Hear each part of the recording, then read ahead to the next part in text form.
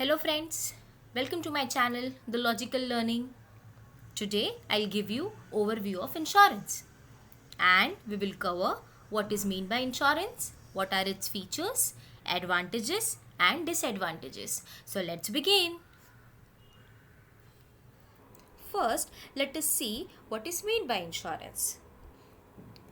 Insurance is a legal contract between two parties in which the insured party transfers its risk to the insurer and in return he has to pay the premium. Let us see one definition of insurance. Insurance is a contract by which one party, in consideration of a price paid to him adequate to the risk, becomes security to the other that he shall not suffer loss, damage, or prejudice by the happening of the perils specified to certain things which may be exposed to them. This definition is given by Justice Lawrence. Before I take you to the features of insurance, let us go through some important terminologies used in insurance business. The first term is insurer. A company which issues the insurance policy, also known as insurance company. Second, insured. A person who is covered by the insurance policy is known as insured. Third, policy. Policy is a legal agreement between insurer and insured which contains all the terms and conditions of the agreement. Next is premium. Premium is an amount paid by the insured to the insurance company to transfer his or her risk. Last is claim. Claim is the procedure of filing of compensation from the insurance company at the time of contingency. So let's go to some features of insurance in general. Sharing of risk.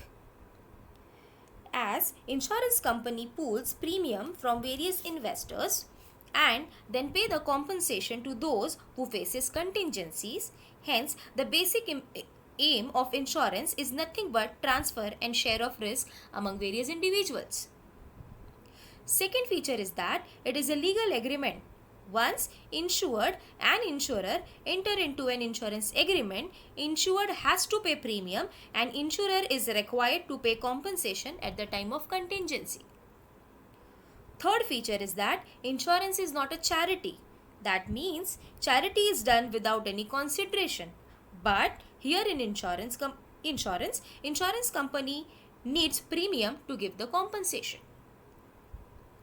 Next is reinsurance. Reinsurance is an insurance of insurer or insurance company. For example, as an individual, we take insurance from insurance company and insurance company insures itself with other insurance company. The next is double insurance. Double insurance happens when one person or the subject matter is insured more than once. Next is nomination. Nomination is a process in which the insured person appoints a nominee to get the compensation in case of death of insured person. This feature is generally applicable for life insurance. Next is payment on contingency. That means payment made by the insurer to the insured by the time of contingency as per agreed terms. This is also known as claim. The last is price of risk. To transfer the risk to the insurer, insured has to pay certain price which is commonly known as insurance premium. Some advantages of insurance. The first and obvious advantage is that it shares your risk among various individuals and your risk gets transfers to the insurer. Second, when we talk about life insurance, apart from a tool of risk transfer or risk management, insurance can be a great tool for investments and savings. Third, generally when any contingency happens, a big financial burden is followed, which may affect your wealth and standard of living. But if that risk is transferred to the insurer, your financial suffering reduces as the insurer provides you financial assistance. Next, protection of goods or your property. By taking a general insurance, you can also protect your goods or your property. Next is peace of mind. As death is uncertain and you can't control it, the least you can do is have a life insurance to have a sufficient corpus for your family. Also, if your goods or property is insured, you get peace knowing if something happens, the insurer will pay compensation for damage or loss. Last one is insurance gives you financial support and also give you power to deal with uncertainty. It provides safety and security against different types of losses. Now let us move towards some disadvantages of insurance. First is it does not cover all type of losses. Some losses are not covered under insurance, for example, act of gods, pandemics, etc. So if you or your insured property get affected by it, then the company will not pay compensation even if you have an insurance policy.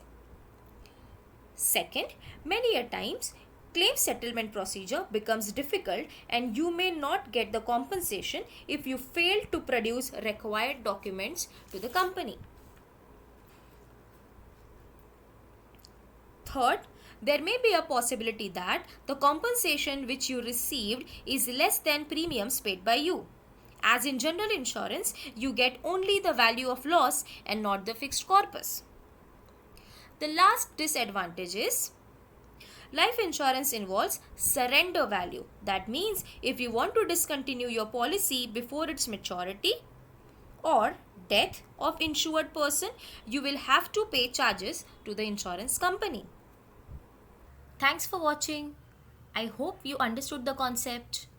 If you like the video, please share among your friends. Till that time, keep learning, keep growing. Like, share and subscribe to my channel. Take care. Bye.